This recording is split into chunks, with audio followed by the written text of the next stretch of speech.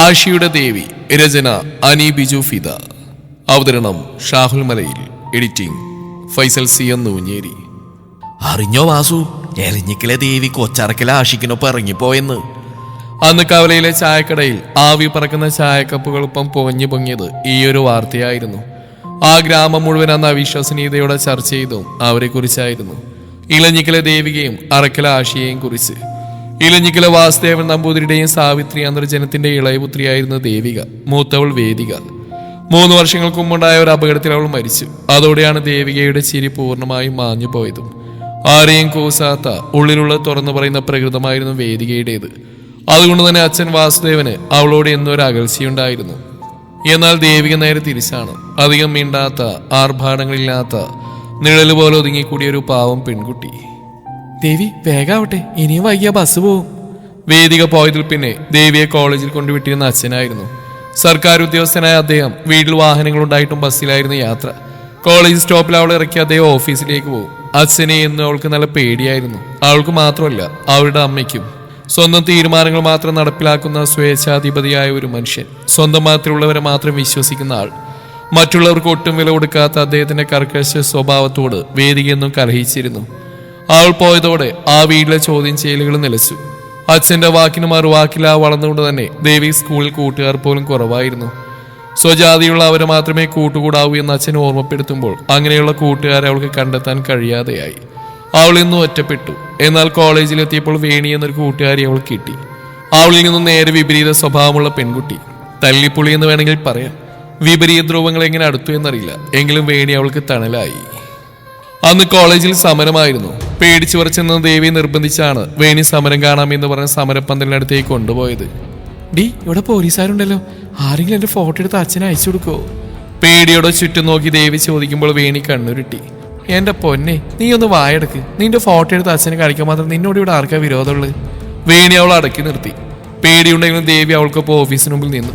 സമരക്കാർ ഓഫീസ് റൂമിലേക്കാണ് വരുന്നത്. ദേവി അവരങ്ങനെ നോക്കി നിൽക്കുന്ന കൂട്ടത്തിലാണ് ആ സമരക്കാർക്ക് മുമ്പിൽ നിന്ന് മുദ്രാവാക്യം വിളിക്കുന്ന ആളെ അവൾ ശ്രദ്ധിച്ച്.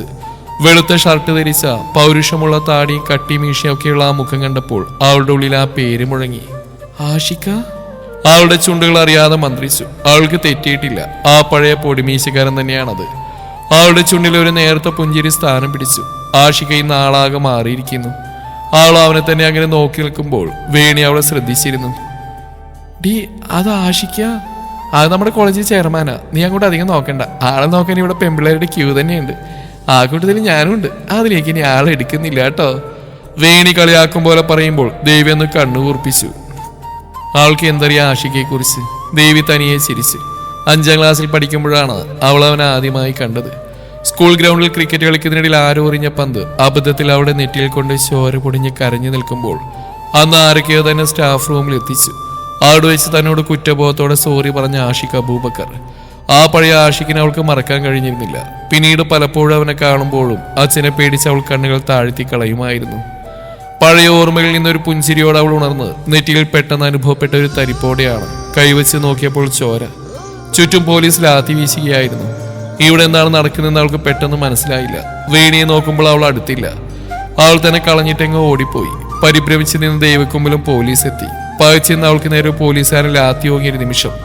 കരുത്തുള്ള ഒരു കൈ അവളെ പൊതിഞ്ഞു പിടിച്ചു. ആ നെഞ്ചിൽ മുഖം അമർത്തി നിൽക്കുമ്പോൾ താൻ സുരക്ഷിതയാണെന്ന് അവൾക്ക് തോന്നി. ആ കൈകളിൽ അവൾ അള്ളിപ്പിടിച്ചു. തനിക്ക് കിട്ടേണ്ടിയിരുന്ന അടികൾ സ്വന്തം പുറത്ത് ഏറ്റുവാങ്ങി അവൻ അവളുമായി സുരക്ഷിതമായ മറ്റെവിടേക്ക് ഓടുമ്പോൾ അവൾ കണ്ടിരുന്നു ആ മുഖം. ആഷിക. വെറുക്കുന്ന ശബ്ദത്തിൽ അവൾ വിളിച്ചു. അപ്പോഴേക്ക് അവർ കോളേജിന്റെ മറ്റൊരു ഭാഗത്തെത്തി. അവളുടെ നെറ്റിക്ക് ഏറിയിട്ട് പൊട്ടിയിട്ടുണ്ടായിരുന്നു. അവൻ അവളുടെ നെറ്റിയിലേക്ക് നോക്കി. ചോര നന്നായി പോകുന്നുണ്ട്. മറ്റൊന്നും ആലോചിക്കാതെ തന്റെ മുണ്ടിന്റെ അറ്റം കീറി അവൻ ആ മുറിവിൽ അത് കെട്ടിക്കൊടുക്കുമ്പോഴും അവൾ ഒരു സ്വപ്നത്തിൽ എന്ന പോലെ അവനെ നോക്കി നിന്നു. തനിക്ക് കുഴപ്പമൊന്നുമില്ലല്ലോ? അവളുടെ കണ്ണുകളിലേക്ക് നോക്കി അവൻ ചോദിക്കുമ്പോൾ അവളൊന്ന് ഞെട്ടി. അതിനു മറുപടിയായി അവളൊന്ന് മൂളുക മാത്രം ചെയ്തു. എങ്കിൽ താനിവിടെ നിൽക്ക്, ഞാൻ അങ്ങോട്ട് ചെല്ലട്ടെ. അവൾ ആരെന്ന് ചോദിക്കാൻ പോലും നിൽക്കാതെ അവൻ വീണ്ടും തിരക്കിലേക്ക് ഓടി മറയുമ്പോൾ ഒരു പഴയ കല്ലേറ് പോലെ ഈ മുറിവും തുന്നിച്ചേർത്ത് അവനാണെന്ന തിരിച്ചറിവിൽ ദേവികയുടെ ചുണ്ടിലെ ഒരു നേർത്ത പുഞ്ചിരി സ്ഥാനം പിടിച്ചു. കുറച്ചു കഴിഞ്ഞ് എങ്ങനെ നിന്ന് ഓടി വേണി അവൾക്കരികിൽ എത്തിയിരുന്നു. അവളുടെ മുഖത്തെ മുറിവ് കണ്ട് അവൾ പരിഭ്രമിച്ചു. സാരമില്ല, ഒരു ചെറിയ മുറിവേ ഉള്ളൂ എന്ന് പറഞ്ഞ് അവൾ ചിരിക്കുമ്പോൾ എന്തോ ഒരു മാറ്റം പെട്ടെന്ന് അവൾക്ക് വന്നതായി വേണിക്ക് തോന്നിയിരുന്നു. അന്ന് ആഷി അറക്കൽ തറവാടിന്റെ മുറ്റത്ത് ബൈക്ക് നിർത്തുമ്പോൾ വീടാകെ ഒരു ഉത്സവ പ്രതീതിയായിരുന്നു. അവന്റെ മൂത്തയിത്താത്ത റംസിയുടെ പെണ്ണുകാണൽ ചടങ്ങാണ്. അറക്കൽ അബൂബക്കർ ഹാജിക്കും ഐഷോമ്മയ്ക്കും മക്കൾ 3 2 പെണ്ണും 1 പെങ്ങന്മാർക്ക് ജീവനായിരുന്നു അനിയൻ. ലാളനകൾക്കും സ്നേഹത്തിനും നടുവിൽ വളർന്ന ആഷി തന്നെയാണ് ആ വലിയ തറവാടിന്റെയും സ്വത്തുവകളുടെയും അടുത്ത അവകാശി. ഉമ്മയുടെ ജ്യേഷ്ഠന്റെ മകൻ അൻവറാണ് റംസിയെ നിക്കാഹ് കഴിക്കാൻ പോകുന്നത്. ചെറുപ്പം മുതലേ പറഞ്ഞുറപ്പിച്ച ബന്ധം. അത് അവരുടെ കാര്യത്തിൽ മാത്രമല്ല, ആഷിഖിന്റെ കാര്യത്തിലും അങ്ങനെ തന്നെയായിരുന്നു. ഉമ്മയുടെ 2ാമത്തെ ആങ്ങളുടെ മകൾ ഷംനയുമായുള്ള അവന്റെ വിവാഹവും വീട്ടുകാർ നേരത്തെ തന്നെ നിശ്ചയിച്ചു വെച്ചിട്ടുണ്ട്. പക്ഷേ ഷംനയെ ഒരു ജീവിത പങ്കാളിയായി കാണാൻ ആഷിഖ് ഇതുവരെയും കഴിഞ്ഞിട്ടില്ല. ആ ഒരു ബന്ധം അംഗീകരിക്കാൻ അവന്റെ മനസ്സ് ഇപ്പോഴും വിമുഖത കാട്ടിക്കൊണ്ടിരുന്നു. ബൈക്ക് മുറ്റത്ത് വെച്ച് അകത്തേക്ക് നടക്കുമ്പോൾ തന്നെ അകത്തെ തിരക്കും ചിരിയും ബഹളങ്ങളും അവന്റെ കാതുകളിലെത്തി. ആഹാ, വന്നല്ലോ എന്റെ പുന്നാര മോൻ. ആഷിയെ കണ്ടതും അബൂബക്കർ ഹാജിയുടെ മുഖം ചുളിഞ്ഞു. ഉപ്പാക്കി എന്ന് അവനോടൊരു പരിഭവമുണ്ട്. പഠനവും കോളേജും കഴിഞ്ഞ് വീട്ടിലേക്കേണ്ട പ്രായത്തിൽ സമരവും തല്ലും കേസുമായി നടക്കുന്ന ഹാജിക്ക് ഒട്ടു രസിക്കുന്ന കാര്യമായിരുന്നില്ല. അതിന്റെ കൂടെയാണ് അന്നൊരു പോലീസുകാരനെ തല്ലിയതിന്റെ പേരിൽ കേസായതും. എന്റെ ആഷി, ഇനി കോളേജിൽ പോവണ്ട. പോയിട്ടെന്തിനാ? കണ്ണി കാണുന്നവരെയൊക്കെ തല്ലാനോ? കൂടെ പഠിക്കുന്നവരെയൊക്കെ തല്ലി തീർത്തപ്പോ ഈ പോലീസിന്റെ ദേഹത്തും കൈവച്ചു തുടങ്ങിയോ? ഹാജിയുടെ വാക്കുകൾ കടുപ്പമുള്ളതായിരുന്നു. ഇവിടുത്തെ CI എനിക്ക് നേരിട്ട് അറിയാവുന്നതുകൊണ്ട് ഈ കേസ് ഞാൻ ഒതുക്കി തീർത്തു. അല്ലെങ്കിൽ കാണായിരുന്നു ബാക്കി. ഉപ്പയുടെ ശാസനകൾക്ക് മുന്നിൽ മുഖം കറുപ്പിച്ച് ആഷി അകത്തേക്ക് നടന്നു. മകനെ ഉപ്പ കുറ്റപ്പെടുന്ന കണ്ടപ്പോൾ ആയിഷമ്മയുടെ മുഖത്ത് നീരസം പടർന്നു. തന്റെ പുന്നാരമോനെ ആര് നോവിച്ചാലോ ഉമ്മയാക്കത് സഹിക്കില്ല. ആഷി ആരോടും മിണ്ടാതെ നേരെ തന്റെ റൂമിലേക്ക് പോയി.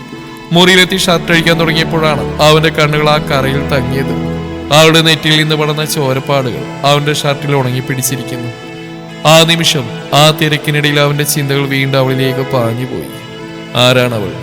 കാപ്പി കണ്ണുകളും ചെമ്പൻ മുടിയുമുള്ള പെൺകുട്ടി. വെറുതെ അവളെക്കുറിച്ച് ആലോചിച്ച് നിൽക്കുമ്പോഴാണ് പിന്നിലൂടെ ആരോ വന്ന് അവനെ കെട്ടിപ്പിടിച്ചത്. കണ്ണാടിയിലൂടെ നോക്കിയപ്പോൾ അത് ഷംനയാണെന്ന് അവൻ കണ്ടു. പെട്ടെന്ന് തന്നെ അവന്റെ മുഖത്ത് ഗൗരവം നെളിച്ചു. അവൾക്ക് നേരെ തിരികെ പോലും ചെയ്യാതെ അവളെ തന്നിൽ നിന്ന് വേർപ്പെടുത്തിക്കൊണ്ട് ആഷി ചോദിച്ചു, ഷംന, ഞാൻ നിന്നോട് എത്ര തവണ പറഞ്ഞിട്ടുണ്ട് എന്നോട് ചോദിക്കാൻ എന്റെ മുറിയിലേക്ക് കയറിയെന്ന്? ആഷിയുടെ വാക്കുകൾ ഷംനയെ വേദനിപ്പിച്ചു. അവൾ പരിഭവത്തോടെ അവനെ നോക്കി. എന്നാലും ഇത് എന്റെ കൂടി മുറിയാവേണ്ടതല്ലേക്ക, പിന്നെന്താ ഞാൻ ഇത്തിരി നേരത്തെ കയറിയ? അവളുടെ സ്ഥിരം മറുപടി കേട്ട് ആഷി ഒരു നെടുവീർപ്പിട്ടു. അവളുടെ കണ്ണുകളിലേക്ക് നോക്കി അവൻ അസ്വസ്ഥതയോടെ പറഞ്ഞു, എന്റെ ഷംന, ഞാൻ നിന്നോട് ഒന്നിലേതെന്ന് അവിടെ പറഞ്ഞല്ലേ, എനിക്ക് നിന്നെ ആ ഒരു സ്ഥാനത്ത് കാണാൻ ഇതുവരെ കഴിഞ്ഞിട്ടില്ലെന്ന്. പറ്റുമെങ്കിൽ എനിക്ക് കുറച്ച് സമയം താ, ഞാനൊന്ന് ശ്രമിക്കട്ടെ. എന്റെ മനസ്സിലൊരു മാറ്റം വരാൻ വേണ്ടി ഞാൻ ശ്രമിക്കാം. അവന്റെ വാക്കുകൾ ആഴ്ന്നിറങ്ങിയത് ഷംനയുടെ ഹൃദയത്തിലേക്കായിരുന്നു. എങ്കിലും ഒന്ന് തളരാതെ അവൾ പറഞ്ഞു, ഇക്ക ശ്രമിക്കാന്ന് പറഞ്ഞല്ലോ, എനിക്ക് അത് തന്നെ ധാരാളം. ഞാൻ കാത്തിരുന്നോളാം. ബുദ്ധിമുട്ടിച്ചെങ്കിൽ സോറി. അവന്റെ മറുപടിക്കായി കാത്തു നിൽക്കാതെ അവൾ മുറിയിൽ നിന്നും പുറത്തേക്ക് പോയി. താഴെ നിന്നും ആൾക്കൂട്ടത്തിന്റെ ചിരിയൊച്ചകൾ കേൾക്കാമെങ്കിലും ആഷിയുടെ ഉള്ളിൽ ആ നിമിഷം നിശബ്ദതയായിരുന്നു. സത്യങ്ങൾ ഷംനയെ എങ്ങനെ ബോധ്യപ്പെടുത്തുമെന്നോ തന്റെ ഉള്ളിൽ കയറി കൂടി ആ കാപ്പിക്കണ്ണുകാരി എങ്ങനെ മറക്കുമെന്നോ അവൻ അപ്പോഴും നിശ്ചയമില്ലായിരുന്നു. ആ സമയത്ത് ഇലഞ്ഞിക്കൽ മനയുടെ അകത്തളത്തിൽ ഭയാനകമായ ഒരു നിശബ്ദത തളം കെട്ടി നിൽക്കുകയായിരുന്നു. സമരായതുകൊണ്ട് തന്നെ ദേവിക അന്ന് നേരത്തെ വീട്ടിലെത്തി. അച്ഛൻ വരാൻ സമയമായെന്ന് ഓരോ തവണ ഓർക്കുമ്പോഴും ദേവികയുടെ ഉള്ളിലൂടെ ഒരു വിറയിൽ കടന്നു പോകും.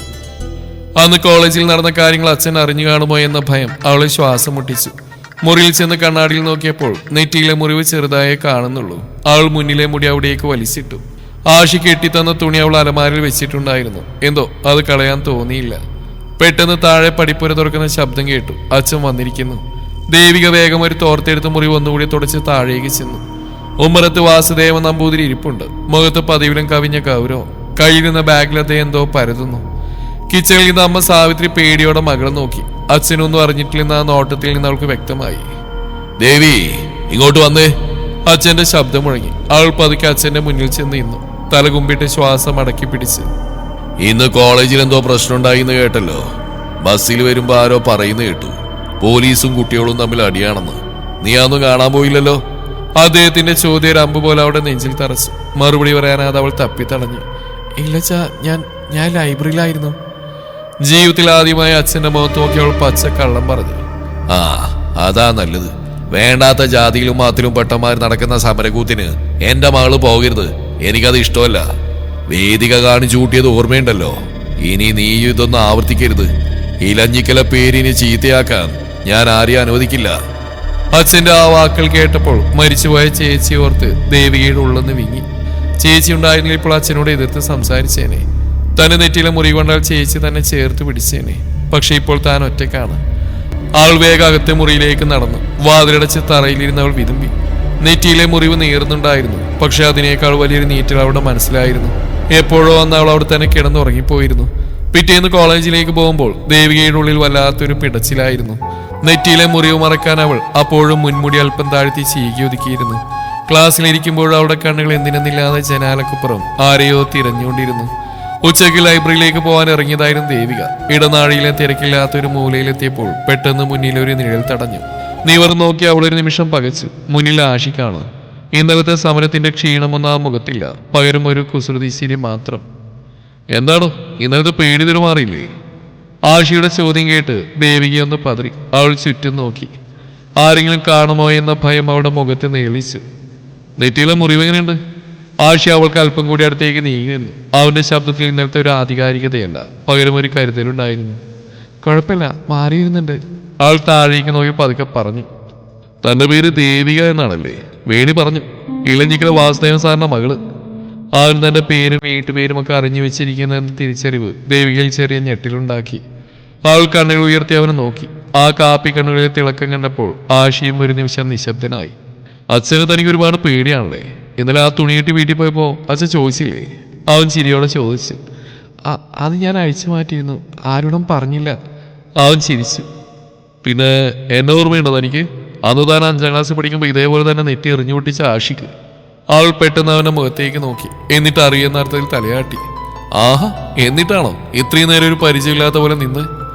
സാരമില്ല, ഇനി എന്തെങ്കിലും ആവശ്യമുണ്ടെങ്കിൽ എന്നോട് പറയാൻ മറക്കരുത്. അവന്റെ വാക്കുകൾക്ക് ദേവിയെന്ന് മൂളി. ശേഷം ചോദിച്ചു. എന്നാ ഞാൻ പോയിക്കോട്ടെ, ആരെങ്കിലും കാണും? ആൾ വിക്കി വിക്കി പറഞ്ഞു. ശരി, പോയിക്കോ. പക്ഷെ ഇനി കാണുമ്പോ ഈ മുഖത്തൊരു പേടി കാണരുത്. ഒരു കുഞ്ഞു ചിരി വേണം. എന്തേ, പറ്റുമോ? അവന്റെ ചോദ്യത്തിന് മടിയോടെയാണെങ്കിലും അവൾ മൂളിയപ്പോഴാണ് ആഷി വഴിമാറി കൊടുത്ത്. അവൾ വേഗത്തിൽ നടന്നു നീങ്ങുമ്പോൾ അതേ ചിരിയോടെ അവളെ തന്നെ നോക്കി അവനോട് നിൽപ്പുണ്ടായിരുന്നു. ആഷിയുടെ നോട്ടം തന്നിൽ തറഞ്ഞു നിൽക്കുന്നുണ്ടെന്ന തോന്നലിൽ ദേവികയുടെ കാലുകൾക്ക് വേഗത കൂടി. ലൈബ്രറിയിൽ എത്തിയെങ്കിലും ഒരക്ഷരം പോലും അവിടെ കണ്ണിൽ തെളിഞ്ഞില്ല.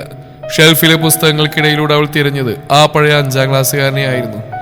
അന്ന് കല്ലെറിഞ്ഞപ്പോൾ തോന്നിയ ദേഷ്യമല്ല, ഇന്ന് തന്നെ ചേർത്ത് പിടിച്ചപ്പോൾ തോന്നിയ ആ സുരക്ഷിത ബോധമാണ് അവളുടെ ഉള്ളിൽ നിറഞ്ഞു നിന്നത്. ദിവസങ്ങൾ അങ്ങനെ കടന്നുപോയി. കോളേജിൽ വെച്ച് പലപ്പോഴും അവൾ അവനെ വീണ്ടും കണ്ടു. മുഖം താഴ്ത്തിപ്പോയാൽ ഡി എന്നൊരു വിളി വരും. അപ്പോൾ മുഖമുയർത്തി നോക്കും. ചിരിച്ചില്ലെങ്കിൽ ചിരിക്കാൻ കണ്ണ് കാണിക്കും. അപ്പോൾ ചിരിക്കും. വേണി കൂടെ ഉണ്ടെങ്കിൽ തന്നെ മാന്തി വിളിച്ച് അവനെ കാണിച്ചു തരും. വേണിയും ആഷിയും തമ്മിൽ ഇപ്പോൾ നല്ല കൂട്ടായിട്ടുണ്ടായിരുന്നു. പക്ഷേ ഉള്ളിലെ പേടി കാരണമാവണം ദേവിക്ക് ഇപ്പോഴും ആരോടും അങ്ങനെ അടുക്കാൻ കഴിയുന്നില്ലായിരുന്നു. എങ്കിലും പണ്ടൊക്കെ കോളേജിൽ വരാൻ മടി കാണിച്ചിരുന്ന ദേവിക്ക് ഇപ്പോൾ ആ മടിയൊന്നുമില്ല. അച്ഛൻ ബസ് സ്റ്റോപ്പിൽ ഇറക്കി വിടുമ്പോൾ അവൾ ആദ്യം നോക്കുന്ന കോളേജ് ഗേറ്റിലേക്കാണ്.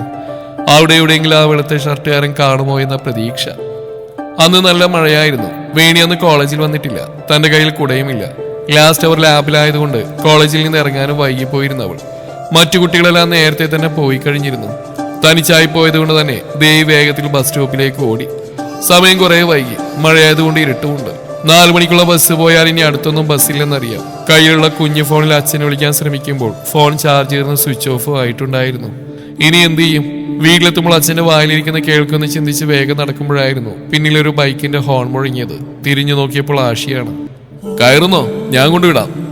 വേണ്ട, ഞാൻ ബസ്സിൽ പോയിക്കോളാം. ദേവിക പേടിയോടെ ചുറ്റും നോക്കി പറയുമ്പോൾ അവൻ ചിരിച്ചു. എന്റെ പൊന്നു ദേവു, ഇനി അടുത്ത ബസ് 6 മണിക്കേ ഉള്ളൂ. അതുവരെ താനിവിടെ നിൽക്കുവോ? അല്ലെങ്കിൽ അച്ഛനെ വിളിക്കുക. അവൻ പറഞ്ഞു. അത് ഫോൺ സ്വിച്ച് ഓഫായി. എന്നാ പിന്നെ എന്റെ ഫോണിൽ നിന്ന് വിളിക്കുക. അവനവന്റെ ഫോൺ പോക്കറ്റിൽ നിന്ന് എടുക്കാൻ തുടങ്ങിയതും അത് വേണ്ടെന്ന് അവൾ പറഞ്ഞു. വേറെ നമ്പർ കണ്ട അച്ഛൻ അത് ആരാണെന്ന് ചോദിക്കും. അത് വേണ്ട, ഞാൻ എങ്ങനെയും പോയിക്കോളാം. ആഷിക്ക് പോയിക്കോ.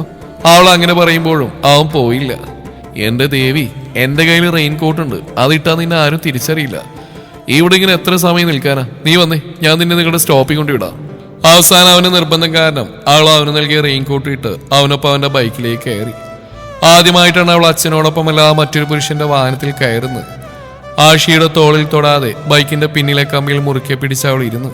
താൻ എപ്പോഴും ഇങ്ങനെ പേടിച്ചിരുന്നാൽ മതിയോടോ? ജീവിതം ഒരു തവണയുള്ളൂ ദേവിക. വണ്ടി ഓടിക്കുന്നതിനിടയിൽ ആഷി പറഞ്ഞു. അച്ഛനെ നിങ്ങൾക്ക് അറിയില്ല ആഷിക്ക. അവൾ പറഞ്ഞു നിർത്തി. അച്ഛനെ എനിക്കറിയാം, പക്ഷെ നിന്നെ എനിക്ക് അതിനേക്കാൾ നന്നായിട്ട് അറിയാം. എന്തിനാ എപ്പോഴും ഇങ്ങനെ ഒരു കൂടുന്നുള്ളിൽ കഴിയുന്നു? നിനക്കും പറക്കാൻ ആഗ്രഹമില്ലേ? അവന്റെ വാക്കുകൾക്ക് അവൾ മറുപടി നൽകിയില്ല. ബസ് സ്റ്റോപ്പിന് അല്പം മാറി അവൻ വണ്ടി നിർത്തി. ഇറങ്ങുമ്പോൾ അവൾ അവന്റെ മുഖത്തേക്ക് നോക്കി. ആ കണ്ണുകളിൽ എന്തൊക്കെയോ ഉള്ളതുപോലെ അവൾക്ക് തോന്നി. അതിന്റെ പേര് അവൾക്ക് തിരിച്ചറിയാൻ കഴിഞ്ഞില്ല. അവൾ റെയിൻ കോട്ട് ഊരി അവനെ ഏൽപ്പിച്ചു. നാളെ കാണാം. ഒരു കുസൃതി ചിരിയോടെ അവൻ വണ്ടി തിരിച്ചു. അന്ന് രാത്രി മനക്കിലെത്തിയപ്പോൾ ദേവികയുടെ മനസ്സിൽ വലിയൊരു ആത്മസംഘർഷമായിരുന്നു. അച്ഛൻ എന്തെങ്കിലും അറിഞ്ഞിട്ടുണ്ടാവുമോ? രാത്രി വിളമ്പിയ ചോറ് കഴിക്കുമ്പോൾ അവളുടെ കൈകൾ വിറക്കുന്നുണ്ടായിരുന്നു. എന്താ ദേവി, മുഖത്ത് വല്ലാത്ത മാറ്റം, പനിയുണ്ടോ? അമ്മ സാവിത്രി ചോദിച്ചു. ഇല്ലമ്മേ. ആൾ വേഗം എഴുന്നേറ്റു. അതേസമയം അറക്കൽ തറവാട്ടിലെ ആശയും അവൾ തന്നെയായിരുന്നു ഓർത്തു നിന്നത്. ചിരിക്കുമ്പോൾ നുണക്കുഴി തെളിയുന്ന കാപ്പി കണ്ണുള്ളവൾ. അവന്റെ ചുണ്ടിലൊരു പുഞ്ചിരി അവൾക്കായി സ്ഥാനം പിടിച്ചു. ഈ സമയം ഷംന അവനെ കാണാൻ മുറിയിലേക്ക് വന്നിരുന്നു. അവൻ ജനാലക്കൽ ആകാശത്തേക്ക് നോക്കി നിൽക്കുകയായിരുന്നു. ഇക്ക, എന്താ ആലോചിക്കുന്നേ? റംസിത്താന്റെ കല്യാണത്തിന്റെ കാര്യമാണോ? ഷംന പതുക്കെ ചോദിക്കുമ്പോൾ അവൻ ഞെട്ടി അവളെ നോക്കി. അല്ല ഷംന, അവൻ വിക്കി പറഞ്ഞു. പിന്നെന്താ? അവനൊരു ചിരിയോടെ മുന്നോട്ട് നടന്നു. ചിലപ്പോൾ നമ്മൾ വിചാരിക്കാത്ത ചില കാര്യങ്ങൾ ജീവിതത്തിൽ സംഭവിക്കും. അത് തടയാൻ നമുക്ക് കഴിയില്ല. അവനവളെ നോക്കാതെയാണ് പറഞ്ഞത്. ഷംനയുടെ ഉള്ളിൽ ഒരു ആധി പടർന്നു. ആഷിയുടെ മാറ്റം അവൾ ശ്രദ്ധിക്കുന്നുണ്ടായിരുന്നു. അവന്റെ മനസ്സിൽ മറ്റെന്തുകൊണ്ട് എന്ന് അവൾ ആലോചിച്ച് ഉള്ളൊന്ന് പിടഞ്ഞു.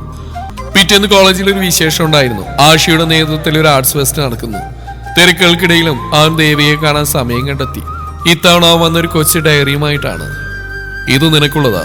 ഇതിൽ നിന്റെ ഉള്ളിലെ പേടിയല്ല, നിന്റെ സ്വപ്നങ്ങൾ എഴുതി വെക്കണം. അടുത്ത തവണ കാണുമ്പോൾ എനിക്കിത് വായിക്കാൻ തരണം. അവൻ ആ ഡയറി കൈമാറുമ്പോൾ അവരുടെ വിരലുകൾ തമ്മിൽ അല്പം ഉരസി മാറിയിരുന്നു. ഒരു മിന്നൽ പിണർപ്പ് അവരുടെ ശരീരത്തിലൂടെ കടന്നുപോയി. പക്ഷെ ആ നിമിഷം അവർ കണ്ടിരുന്നില്ല. ദൂരെയുള്ള മരച്ചുവട്ടിൽ നിന്ന് ഈ കാഴ്ച പകപ്പോടെ നോക്കി നിൽക്കുന്ന ഒരാളെ. ദേവിയുടെ അച്ഛന്റെ ഓഫീസിലെ പ്യൂൺ പരമേശ്വരൻ നായരായിരുന്നു അത്. വാസുദേവൻ നമ്പൂതിരിയുടെ ഏറ്റവും വിശ്വസ്തനായ ആൾ. പരമേശ്വരൻ നായരുടെ കയ്യിലെ ഫോണിൽ ആ ദൃശ്യം പതിയുകയായിരുന്നു. ഇളഞ്ഞിക്കൽ മനയുടെ സമാധാനം കെടുത്താൻ പോകുന്ന ആ വാർത്ത അന്ന് വൈകുന്നേരം തന്നെ വാസുദേവൻ നമ്പൂതിരിയുടെ മുന്നിലെത്തി. അന്ന് രാത്രി ദേവിക വീട്ടിലെത്തിയപ്പോൾ പടിപ്പുരക്കൽ തന്നെ അച്ഛൻ നിൽപ്പുണ്ടായിരുന്നു. അദ്ദേഹത്തിന്റെ കയ്യിൽ കത്തുന്ന ഒരു ചൂരൽ വടിയും. അമ്മ അടുക്കളയിൽ നിന്ന് കരയുന്നവൾ കേട്ടു. പടിപ്പുരക്കൽ കാലഭൈരവനെ പോലെ നിൽക്കുന്ന അച്ഛനെ കണ്ടപ്പോൾ തന്നെ ദേവികയുടെ ഉള്ളിലെ ജീവൻ പകുതിയും പോയിരുന്നു. വിറക്കുന്ന കൈകൾ കൊണ്ട് അവൾ ആ ഡയറി നെഞ്ചോട് ചേർത്ത് പിടിച്ചു. ഇങ്ങോട്ട് കയറി. അച്ഛന്റെ ശബ്ദം ഒരു ഇടിമുഴക്കം പോലെ മനക്കൽ പ്രതിധ്വനിച്ചു. അവൾ പതുക്കെ ഉമ്മറത്തേക്ക് നടന്നു. ഓരോ ചൂടിലും മരണം മുന്നിൽ കാണുന്ന പോലെ അവൾക്ക് തോന്നി. പടികേറി മുകളിലെത്തിയതും അച്ഛന്റെ കയ്യിലുണ്ടായിരുന്ന ചൂരൽ വടി അവളുടെ തോളിൽ ആഞ്ഞു പതിച്ചു. അച്ഛാ! ഒരു നിലവിളിയോടെ അവൾ നിലത്തിരുന്നു പോയി. അടുക്കളയിൽ നിന്ന് ഓടി വന്ന സാവിത്രി അമ്മ അച്ഛന്റെ കയ്യിൽ പിടിച്ച് തടയാൻ ശ്രമിച്ചു. എന്റെ പൊന്നു മനുഷ്യ, കൊല്ലരുത്. എന്ത് പറ്റിയാലും നമുക്ക് ചോദിക്കാലോ. നീ മാറിക്ക് സാവിത്രി, ഇവളെ ഞാനിന്ന് കൊല്ലും. ഏലഞ്ഞിക്കല പേര് ചീത്തയാക്ക് ഇറങ്ങി തിരിച്ചവളാണിത്. നോക്ക്, പരമേശ്വര അയച്ചെന്നാ. അച്ഛൻ തന്റെ ഫോൺ അവളുടെ മുഖത്തിന് നേരെ നീട്ടി. ആ സ്ക്രീനിൽ കണ്ട ചിത്രം കണ്ടതും ദേവിക തളർന്നുപോയി. ആഷിക്ക് അവൾക്ക് ഡയറി നൽകുന്നതും അവരുടെ വിരലുകൾ തമ്മിൽ തൊടുന്നതുമായ ദൃശ്യം. എന്താടി ഇത്? ഇവനാണോ നിന്റെ ലൈബ്രറി? എന്റെ പേര് കളയാൻ ഏതോ അന്യമതത്തിൽപ്പെട്ട പയ്യന്റെ കൂടെ ഒന്ന് കൊഞ്ചി കൊഴയാനാണോടി നിന്നെ ആ കോളേജിൽ വിടുന്നത്? അച്ഛൻ വീണ്ടും വടിയോങ്ങി. അല്ലച്ച, അത് അങ്ങനെയല്ല, അവൾ കരഞ്ഞുകൊണ്ട് പറഞ്ഞു. പക്ഷെ അച്ഛൻ കേൾക്കാൻ തയ്യാറല്ലായിരുന്നു. അവളുടെ കയ്യിൽ നിന്ന് ആ ഡയറി അദ്ദേഹം തട്ടിപ്പറിച്ചു. ഇതാണല്ലേ നിന്റെ പ്രണയലേഖനം? അദ്ദേഹം ആ ഡയറി വലിച്ചു കയറി മുറ്റത്തേക്ക് എറിഞ്ഞു. ആ സമയം മഴയെങ്ങുന്നോ വിരുന്നെത്തിയിരുന്നു. തന്റെ സ്വപ്നങ്ങളും ആഗ്രഹങ്ങളും ആ മഴയിൽ കുതിർന്നു പോകുന്നവൾ നിസ്സഹായതയോടെ നോക്കി നിന്നു. ഇന്നു മുതൽ നിന്റെ കോളേജ് പഠനം ഞാൻ നിർത്തുക. ഇനി നീ പാടിപ്പുരക്ക് പുറത്തിറങ്ങില്ല. നിന്റെ കല്യാണം ഈ മാസം തന്നെ നടത്തും. അതെന്റെ തീരുമാനാ. അച്ഛനകത്തേക്ക് കയറിപ്പോയി. തറയിൽ നിന്ന് കരയുന്ന മകളെ അമ്മ കെട്ടിപ്പിടിച്ചു. മോളെ, എന്തിനാടി നീ അവനോട് സംസാരിച്ച്? അച്ഛന് നിനക്ക് അറിയില്ലായിരുന്നോ? രാത്രി മുഴുവൻ ദേവിക ആ മുറിയിൽ തടവിലായിരുന്നു. പുറത്തു മഴ കനത്ത് പെയ്തു. തന്നെ നെറ്റിയിലെ മുറി വെട്ടി ആ പഴയ തുണി കഷ്ണം അവൾ കയ്യിലെടുത്തു. ആഷിക, അവൾ വിരുമ്പി. താൻ ഈ നരകത്തിൽ നിന്ന് ഒരിക്കലും രക്ഷപ്പെടില്ലെന്ന് അവൾ ഉറപ്പിച്ചു. അതേസമയം അറക്കൽ തറവാട്ടിൽ ആഷിക്ക് തന്നെ മുറിയിൽ അസ്വസ്ഥനായി നടക്കുകയായിരുന്നു. ദേവികയുടെ ഫോൺ സ്വിച്ച് ഓഫ് ആണ്. വേണിയെ വിളിച്ചപ്പോൾ അവൾക്കൊന്നും അറിയില്ല. എവിടെയോ എന്തോ ഒരു പ്രശ്നം പോലെ അവന്റെ മനസ്സ് മന്ത്രിച്ചു. ഇക്ക എവിടെ എന്ത് ചെയ്യാ? ഷംന മുറിയിലേക്ക് വന്നു. ഷംന, എനിക്ക് കുറച്ച് തിരക്കുണ്ട്, നീ ഇപ്പൊ പോയിക്കേ, അവൻ കടുപ്പത്തിൽ പറഞ്ഞു. ഷംനയുടെ കണ്ണ് നിറഞ്ഞു. ആ പെണ്ണിനെ കുറിച്ചാണ് ഇക്ക അറിയിച്ചു കൂട്ടുന്നത്, ആ നമ്പൂരിക്കുട്ടിയെ? പെട്ടെന്ന് അവൾ ചോദിച്ചു. അവൻ ഞെട്ടി അവളെ നോക്കി. ഇക്ക, അത് മറക്കുന്ന ഇക്കാക്ക് നല്ല. കാരണം ആഷിഖ് അബൂബക്കറിന് എലഞ്ഞിക്കൽ മനയുടെ പടികൾ കയറാൻ കഴിയില്ല. ആഷി മിണ്ടിയില്ല. പക്ഷേ ഷംന ഇതെങ്ങനെ അറിഞ്ഞു എന്ന് അവൻ അറിയാമായിരുന്നു. കോളേജിൽ എല്ലാവരും നിങ്ങളെപ്പറ്റി സംസാരിക്കുന്നുണ്ടെന്ന് നിങ്ങൾ അറിഞ്ഞില്ല അല്ലേ? ഞാനും അങ്ങനെ അറിഞ്ഞിടത്തോളം ഇത് ആപത്താണ് ഇക്ക. ഇക്കാക്ക് അറിയോന്നറിയില്ല. ഈ പറയുന്ന ദേവികയുടെ ചേച്ചി വേദിക ഇതേപോലെ ഒരാളെ സ്നേഹിച്ചു. ആ വിവാഹം അവിടെ അച്ഛൻ നടത്തി കൊടുക്കാൻ വന്നപ്പോൾ അവൾ ആത്മഹത്യ ചെയ്യുകയായിരുന്നു. സ്കൂട്ടറിൽ ലോറിയിലിടിച്ച് കയറ്റി. അതുകൊണ്ട് ആക്സിഡന്റ് എന്ന് എല്ലാവരും പറയുന്നു. ഷംന പറഞ്ഞ ആ കഥ ആഷിക്ക് പുതിയതായിരുന്നു. അവന്റെ ഉള്ളു അവളെ ഓർത്ത് ആദ്യ പിടിച്ചു. പലതവണ പല രീതിയിൽ അവളൊന്ന് കാണാൻ അവൻ ശ്രമിച്ചുവെങ്കിലും അതൊന്നും നടന്നില്ല. അവസാനം അവനും ആ വാർത്ത അറിഞ്ഞു. ഇലഞ്ഞിക്കലെ ദേവികയുടെ കല്യാണം ഉറപ്പിച്ചു എന്ന വാർത്ത. വേണിയായിരുന്നു അത് അവനോട് വിളിച്ചു പറഞ്ഞു. കൂടെ അന്ന് എന്താണ് ഉണ്ടായതെന്നും എല്ലാം കേട്ടുകഴിഞ്ഞപ്പോൾ ആഷിക്ക് അവളെ കാണാതിരിക്കാൻ കഴിഞ്ഞില്ല. അവൻ ബൈക്ക് എടുത്ത് നേരെ ഇലഞ്ഞിക്കൽ മനയിലേക്ക് തിരിച്ചു. അവിടെ എത്തി അവനെ തടഞ്ഞത് 10-15 നാട്ടുകാരായിരുന്നു. പുറത്ത് ഉന്തുന്നള്ളു അടി നടക്കുമ്പോൾ അകത്ത് ജനാക്കൾ കൂടി അവനെ ദയനീയമായി നോക്കുന്നുണ്ടായിരുന്നു. അവസാനം അച്ഛൻ കയ്യിലൊരു കത്തിയുമായി ഉമ്മറത്തേക്ക് ഇറങ്ങി വരുന്നുണ്ടതും അവൾ ഭയന്നു. ആഷിക! അവൾ ഉള്ളിൽ നിലവിളിച്ചു. പക്ഷേ ആഷി അയാളൊന്നും ചെയ്തില്ല. ആ വഴക്ക് അവസാനം പോലീസ് കേസിലേക്ക് എത്തുമ്പോൾ ആഷി പറഞ്ഞ ന്യായം അവൾ അവിടെ അച്ഛൻ വീട് തടങ്കിൽ വെച്ചിരിക്കുകയാണെന്നാണ്. അത് അയാൾ പാടെ നിഷേധിച്ചു. തന്റെ മകളുടെ കല്യാണം താൻ ഉറപ്പിച്ചെങ്കിൽ അത് അവളുടെ പൂർണ്ണ സമ്മതത്തോടെയാണെന്ന് അയാളും വാദിച്ചു. അവസാനം പോലീസ് ഇടപെട്ടിട്ടായിരുന്നു ദേവിക സ്റ്റേഷനിൽ എത്തിച്ച്. അന്നായിരുന്നു ദിവസങ്ങൾക്ക് ശേഷം ആഷി അവളെ കാണുന്നത്. അവൾ വല്ലാതെ ക്ഷീണിച്ചിരുന്നു.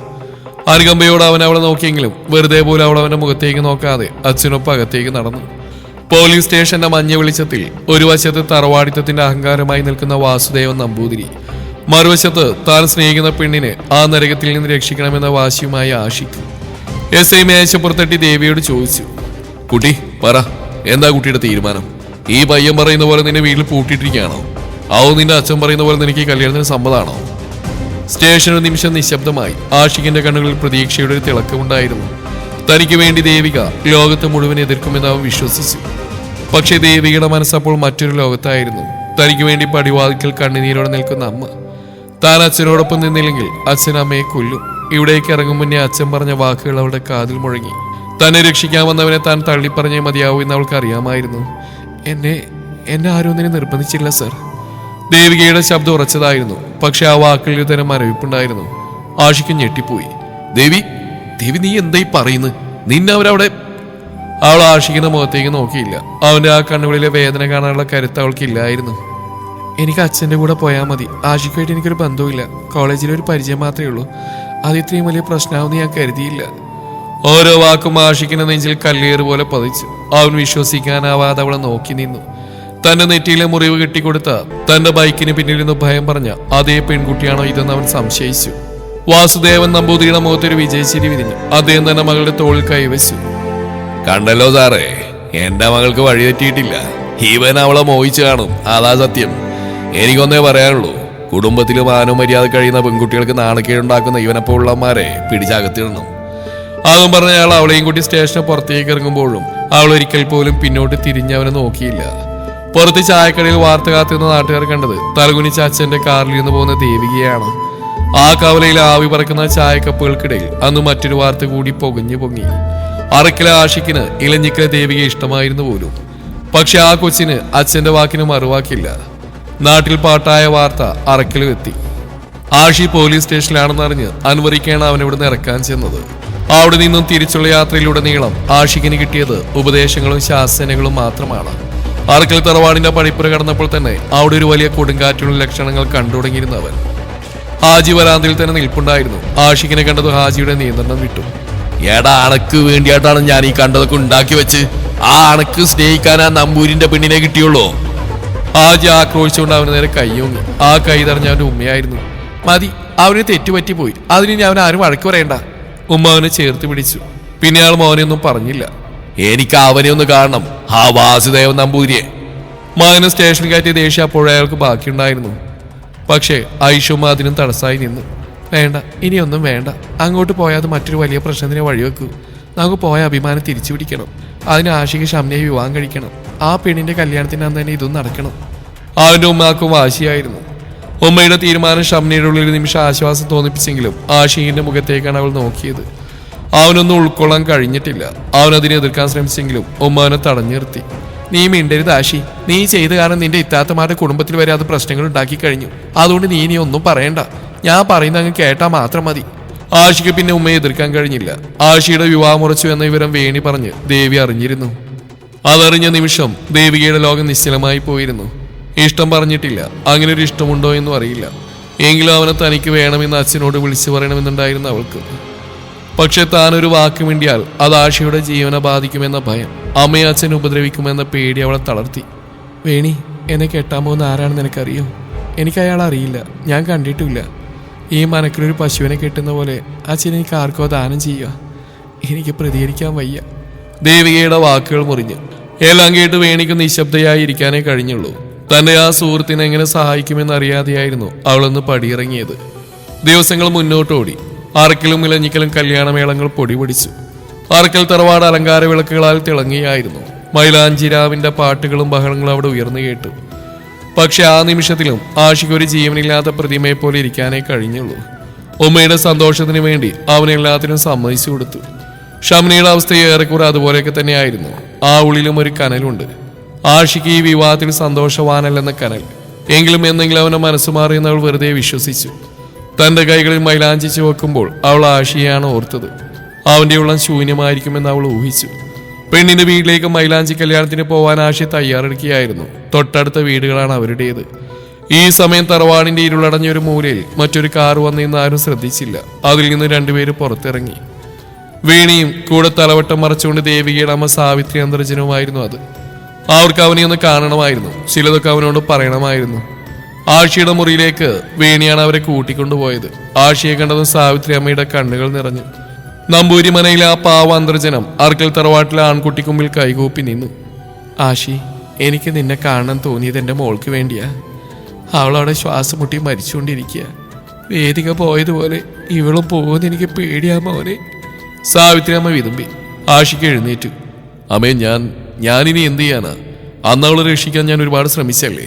പക്ഷെ അവളതുപോലെ മനസ്സിലാക്കിയോ? അച്ഛനൊപ്പം പോയി. ഇനി ഞാൻ എന്ത് ചെയ്യാനാ? ആ ഒരു ദേഷ്യം വന്നു. അവന്റെ വാക്കുകൾക്ക് സാവിത്രി അമ്മ അവന്റെ കൈകൾ പിടിച്ചു. അന്ന് നിന്റെ ജീവൻ കൂടി രക്ഷിക്കാൻ വേണ്ടിയാ അവൾ ആ കള്ളം പറഞ്ഞ്.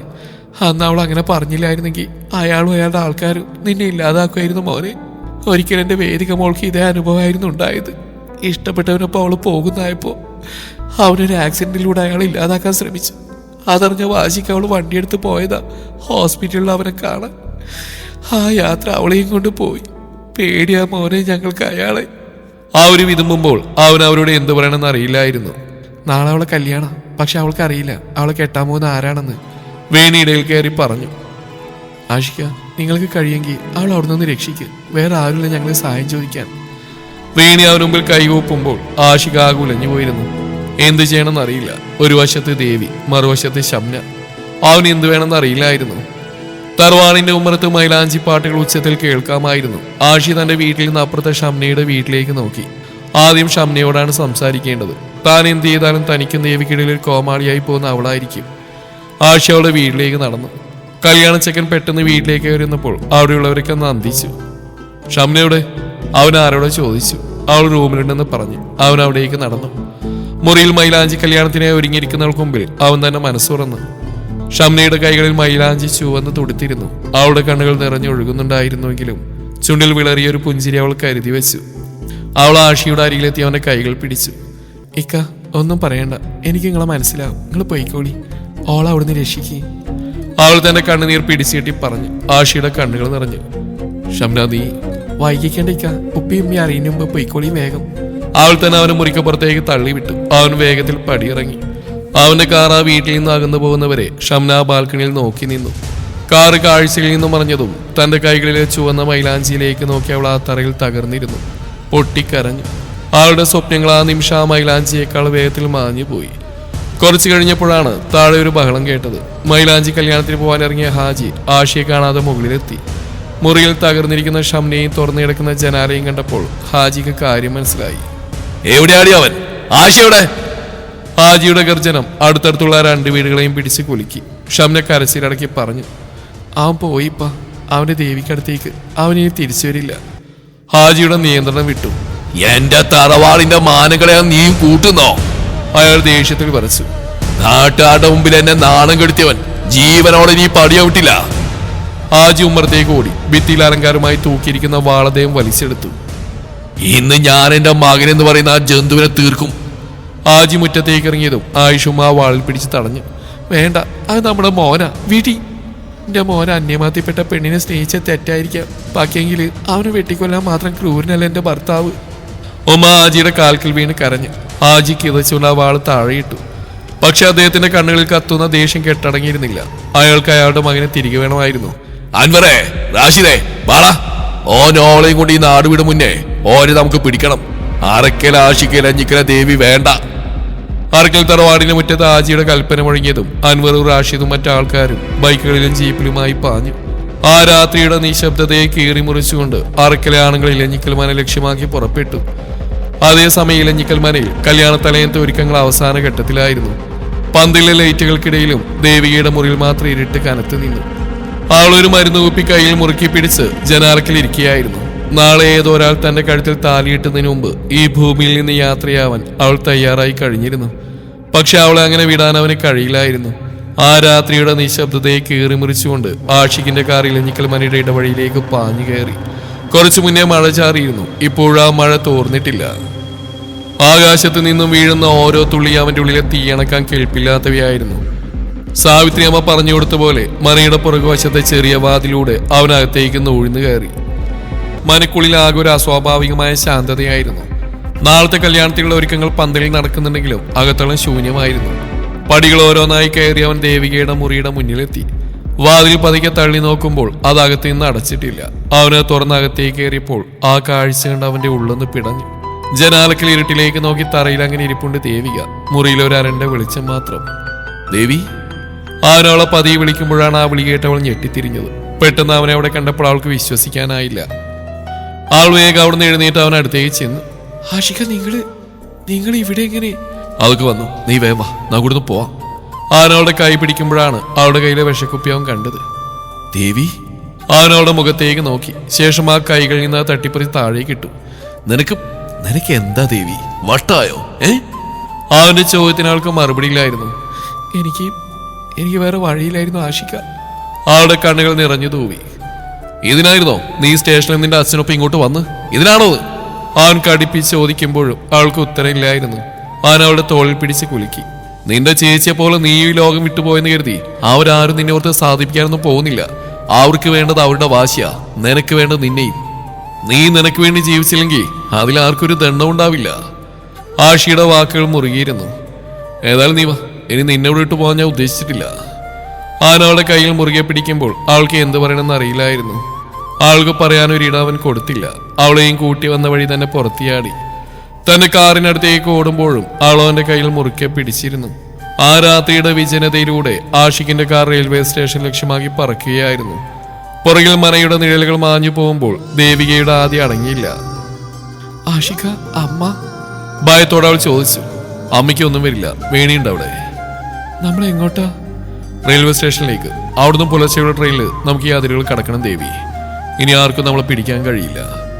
ആഷിയുടെ ശബ്ദത്തിൽ ഉറച്ച തീരുമാനമുണ്ടായിരുന്നു. അവർ റെയിൽവേ സ്റ്റേഷനിൽ എത്തുമ്പോൾ പ്ലാറ്റ്ഫോം വിജനമായിരുന്നു. ദൂരെ ട്രെയിനിന്റെ ചൂളം വിളി കേൾക്കാം. ആ മഞ്ഞ വെളിച്ചത്തിൽ അവളുടെ നെറ്റിയിൽ ആ പഴയ മുറിപ്പാടിൽ അവൻ തന്റെ വിരലുകൾ ചേർത്തു. അവനോട് ചേർന്ന് പ്ലാറ്റ്ഫോമിലെ സിമന്റ് ബെഞ്ചിലേക്ക് അവൾ ഇരുന്നു. ഈ സമയം ഹാജിയും സംഘവും പാഞ്ഞെത്തിയത് ഇലഞ്ഞിക്കൽ മനയുടെ മുറ്റത്തേക്കായിരുന്നു. വണ്ടിയുടെ ടയറുകൾ മണ്ണിൽ ഉരഞ്ഞ ശബ്ദം കേട്ട് പന്തലിൽ ഉറക്കം വിളിച്ചിരുന്ന പണിക്കാരും ബന്ധുക്കളും പകച്ചുപോയി. കയ്യിൽ കരുതിയ വാളും ദേഷ്യം കൊണ്ട് ചുമന്ന കണ്ണുകളുമായി ഹാജി ഉമ്മറത്തേക്ക് കയറി. വാസുദേവൻ നമ്പൂതിരി, എവിടെയാണ് എന്റെ മകൻ? ഹാജിയുടെ ഗർജനം മനക്കുള്ളിൽ പ്രതിധ്വനിച്ചു. ശബ്ദം കേട്ട് മുണ്ടെടുത്ത് വാസുദേവൻ നമ്പൂതിരി പുറത്തേക്ക് വന്നു. എന്താ ഹാജി ആ സമയത്ത്? എന്റെ മകളുടെ കല്യാണത്തേലയിൽ ഇതാണോ നിങ്ങളുടെ മര്യാദ? എന്റെ മകൾ ഇവിടെ ഉണ്ടോന്ന് ആദ്യം പോയി നോക്കടാ, ഹാജി പല്ലടിച്ച് ചോദിച്ചു. എന്റെ മകൻ ആശിക്ക് എന്റെ മകളെയും കൊണ്ട് പടിയിറങ്ങിയിരിക്കണു. അറക്കല ചോരക്കൂരി നമ്പൂരിപ്പണ്ണിനെ വേണമെന്നുണ്ടെങ്കിൽ അതോൻ കൊണ്ടുപോയിരിക്കും. ബാക്കിയെങ്കില് അത് ഞങ്ങൾക്ക് വെച്ച് പൊറപ്പിക്കാൻ പറ്റില്ലല്ലോ. നമ്പൂതിരിയുടെ മുഖം വിളറി. അദ്ദേഹം പതർച്ചയോടെ മുകളിലെ മുറിയിലേക്ക് ഓടി. പിന്നാലെ ഹാജി അൻവറും സാവിത്രി അമ്മയും. വാതിൽ തുറന്ന വാസുദേവൻ കണ്ടത് ശൂന്യമായ മുറിയാണ്. തറയിൽ ഉടഞ്ഞിടക്കുന്ന വിഷക്കുപ്പിയുടെ ചില്ലുകൾ. അയാൾ സാവിത്രിയെ നോക്കി. ആ മുഖത്തു നിന്നും കാര്യങ്ങൾ വ്യക്തമായിരുന്നു. അയാളുടെ രക്തം തിളച്ചു. ഹാജിയുടെ ആ പരിഹാസവാക്കൾ വാസുദേവൻ നമ്പൂതിരിയുടെ സകല നിയന്ത്രണം വിട്ടു. മകൾ നഷ്ടപ്പെട്ട വേദനയേക്കാൾ തന്റെ കുലമഹിമക്ക് ഹാജിയുടെ മകനെ ഏൽപ്പിച്ച മുറിവാണ് അയാളെ പൊള്ളിച്ച്. ഹാജി, തന്റെ മകൻ കാണിച്ച ശുദ്ധ തെമ്മാടിത്തര.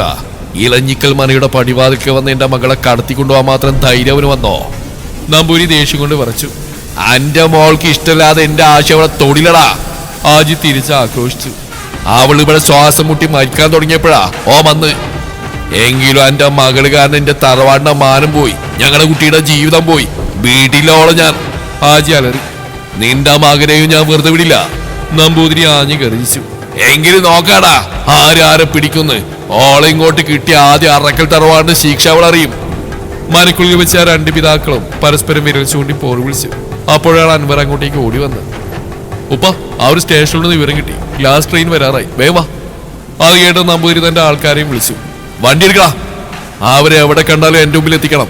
ആ ചെക്കന്റെ കൂടെ ഇനി അവളെ ഞാൻ വിടില്ല. ഹാജിയും സംഘം ഒരു വശത്തും നമ്പൂതിരിയാടെ ആളുകൾ മറുവശത്തുമായി വണ്ടികൾ സ്റ്റേഷൻ ലക്ഷ്യമാക്കി പറപ്പിച്ചു.